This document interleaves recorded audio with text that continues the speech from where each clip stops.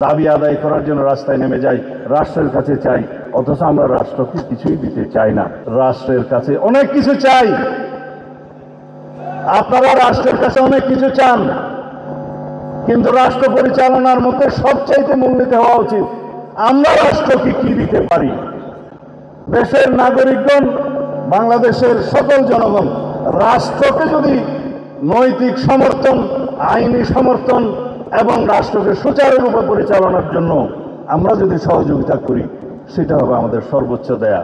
শুধুমাত্র আমরা সবাই সকল শ্রেণী পেশার মানুষ দাবি আদায় করার জন্য রাস্তায় নেমে যাই, রাষ্ট্রের কাছে চাই, অথচ আমরা রাষ্ট্রকে কিছুই দিতে চাই না, সেটা হয় না। যে মসজিদের ইমাম, আমরা এটাকে দ্বীন এবং দ্বীনিয়াতের চর্চা কেন্দ্র হিসেবে প্রতিষ্ঠা করেছি।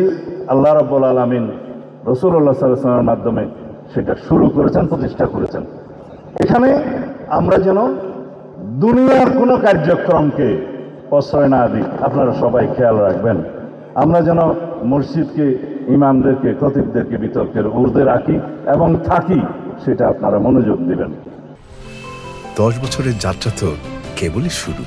একসাথে গ্রো করার এই জার্নি চলুক আগামীতেও। পাঠাও 10 years of growing with you। রাজনৈতিক চর্চার জন্য বহু কেন্দ্র আছে, যাতে কোনো বিতর্ক না হয় সেভাবে আপনারা দয়া করে এই বিষয়টা খেয়াল রাখবেন। শহীদ রাষ্ট্রপতি জিয়াউর রহমানের শিক্ষা স্বনির্ভরতার মাধ্যমে তিনি খাল খনন কর্মসূচি এবং অন্যান্য কর্মসূচি গ্রহণ করেছিলেন, যাতে রাষ্ট্রের জনগণ স্বতঃস্ফূর্তভাবে বিনা শ্রমে রাষ্ট্রের জন্য কাজ করতে পারে, সেই অনুপ্রেরণায় অনুপ্রাণিত হয়। আমরা সবাই যদি রাষ্ট্রকে দেওয়ার জন্য প্রস্তুত থাকি, ইনশাআল্লাহ রাষ্ট্র আমাদেরকে ভরপুর দিবে। আওয়াজ নাই, আমরা রাষ্ট্রকে দিতে চাই না, আমরা সবাই রাষ্ট্রকে দিতে চাই না, রাষ্ট্র গণতান্ত্রিকভাবে চলুক সেজন্য সহযোগিতা করতে চাই না, সবাই চাই।